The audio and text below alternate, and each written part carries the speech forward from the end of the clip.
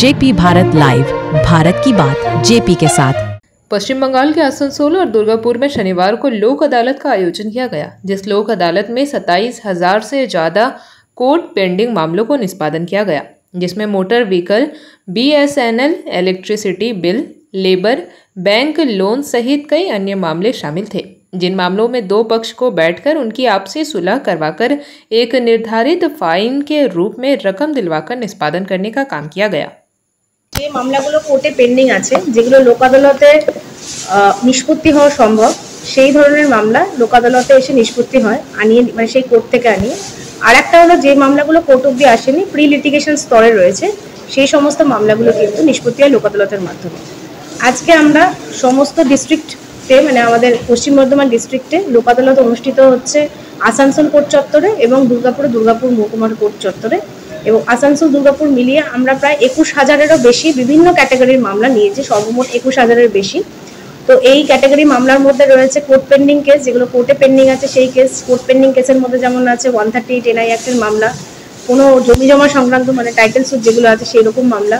তারপরে ধরুন যেগুলো MACC motor accident claim case, যেগুলো কোর্টে পেন্ডিং ছিল, অনেক কোনো একটা কারণে মিটছিল না, সেগুলো সেই মামলাগুলো নেওয়া হয়েছে। এবং লোক আদালতের মাধ্যমে আমরা কি করি যে আলোচনা করে দুপক্ষের সম্মতিতে একটা রায় বেরোয়, যে রায়টা হলো একদিনেই বেরোয়, কোর্টের মতন ডেটের দরকার পড়ে না। এবং সেই রায়ে যে অ্যামাউন্টটা, যে ফাইন অ্যামাউন্ট বা যেটা হয় যে অ্যামাউন্টটা, সেই অ্যামাউন্টটা সঙ্গে সঙ্গে দিয়ে মামলা সেখানেই নিষ্পত্তি হয়ে যায়, যাতে কিনা তাকে আর পরবর্তীকালে কোর্টে আনা হয় না।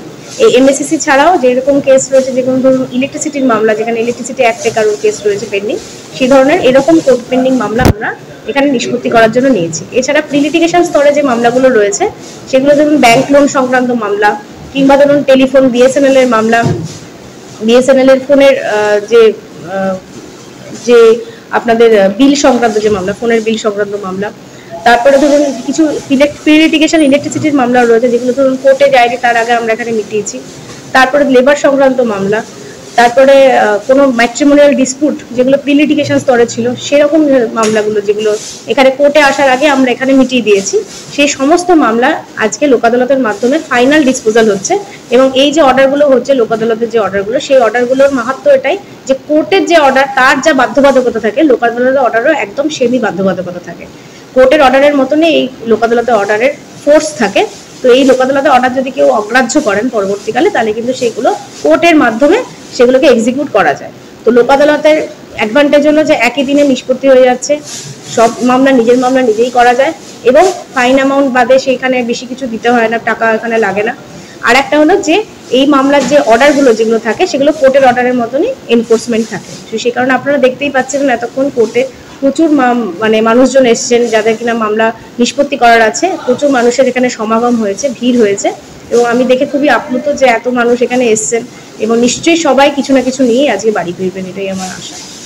বিশেষ করে মানে কিসের উপরে মামলা এখন আপনাদের হাতে বেশি কেস ফাইল আছে? বিশেষ করে আমরা যেটা এখানে যে আমি সংখ্যাটা দিলাম 21,000-এর বেশি, তার মধ্যে আমরা বেশি যেটা পেয়েছি, এমনি কোর্ট পেন্ডিং আর প্রি লিটিগেশন দুটো আমরা প্রায় সমান সমান পেয়েছি আসানসোলে। মানে ধরুন 6,121টা যদি কোর্ট পেন্ডিং মামলা পাই, তাহলে 6,323টা আমরা পেয়েছি হলাম প্রি লিটিগেশন। তাহলে খুব একটা যে পার্থক্য যে দুটোর মধ্যে তা নয়। কোর্টের মামলাও যেরকম আমরা যতটা বেশি পেয়েছি, যেমন আমরা এমএসিসির মামলা, আমরা আসানসোলে আমরা এমএসিসির মামলা মোটর অ্যাক্সিডেন্টের মামলা 75টা পেয়েছি, দুর্গাপুরে এরকমই প্রায় পেয়েছি। আবার ধরুন যে কোর্টের পেন্ডিং মামলাগুলোর মধ্যে 138 এনআই অ্যাক্টের আমরা অনেক মামলা পেয়েছি। আর যেগুলো প্রি লিটিগেশন স্টেজে বেশি মামলা পেয়েছি, সেটা হলো যে আমরা ব্যাংকের মামলাগুলো পেয়েছি, যে ব্যাংকের লোন সংক্রান্ত মামলা, বিভিন্ন অনেকদিন ধরে লোনের টাকা দেওয়া যাচ্ছে না, ডিফল্ট হয়ে যাচ্ছে। তো এক্ষেত্রে কি ব্যাংকের একটা সুবিধা হয়, এবং যে ডিফল্টার তারও একটা সুবিধা হয়, কারণ তার কম টাকা মানে কম পয়সায় মামলাগুলো নিষ্পত্তি করে দেওয়া যায়। আর লোক আদালতের সুবিধা যেটা হলো যে এখানে তো কেউ জেতে না, কেউ হারে না, দুজনেই জিতে যায়। কারণ কি এখানে মীমাংসা করা হয় দুজনের মধ্যে কথা বলে, মাঝখানে যিনি নিউট্রাল থাকেন যে জাজ, তিনি কথা বলেন, এবং কথা বলে দুজনেরই মীমাংসা, দুজনেরই মনের মতন একটা অর্ডার হয়। তো সেখানে অ্যাপিলের কোনো দরকার হয় না। जेपी भारत लाइव, भारत की बात जेपी के साथ। वीडियो को लाइक करें, शेयर करें और चैनल को सब्सक्राइब करें।